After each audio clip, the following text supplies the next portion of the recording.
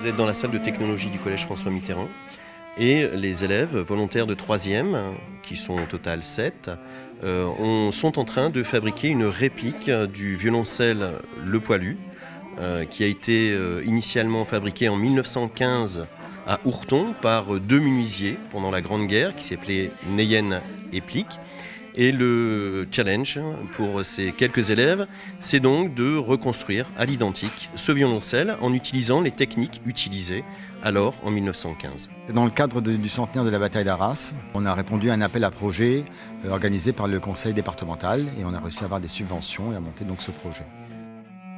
Lors d'une récréation, nous étions assis l'un à côté de l'autre et nous avons commencé à parler de ce projet où il me disait que on travaillait sur Maurice Maréchal, sur le violoncelle de guerre et je me suis dit tiens, pourquoi pas essayer éventuellement de refabriquer un violon ou un violoncelle mais en modèle réduit. Moi j'étais parti sur du modèle réduit à créer en plastique. Et puis Vincent Vimard ici en a parlé à Fabrice Bihan, violoncelliste international, professeur au Conservatoire national de Lyon. M. Bihan m'a téléphoné et il m'a dit et si on avait ce projet fou de faire réaliser un violoncelle mais à l'identique. On a décidé de contacter une luthière qui est Madame Apolline Catalan pour voir si elle serait partie prenante de nous donner son avis technique et surtout d'aiguiller les élèves dans la réalisation de ce violoncelle. Et elle a répondu par l'affirmative. La démarche, c'est on est dans une tranchée, on n'a rien et on n'est pas des luthiers aussi, on est des menuisiers. C'est là que c'est intéressant.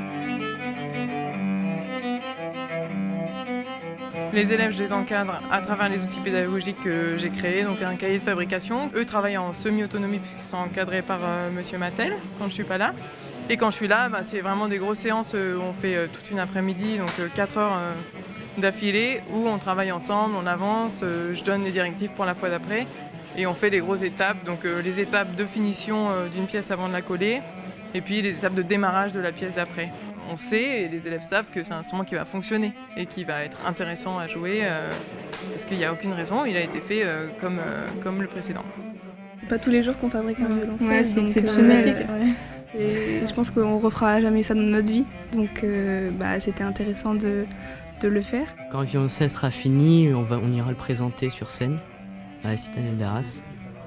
Et je trouve ça assez intéressant pour présenter le violoncelle qu'on a construit nous-mêmes.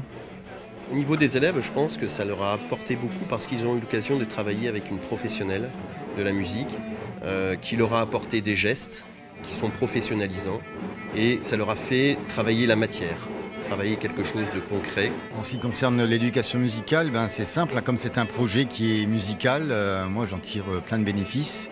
Les élèves ils comprennent pourquoi on parle de tel compositeur, pourquoi on essaie de faire des liens avec l'histoire évidemment, avec le français, donc c'est vraiment un projet humain.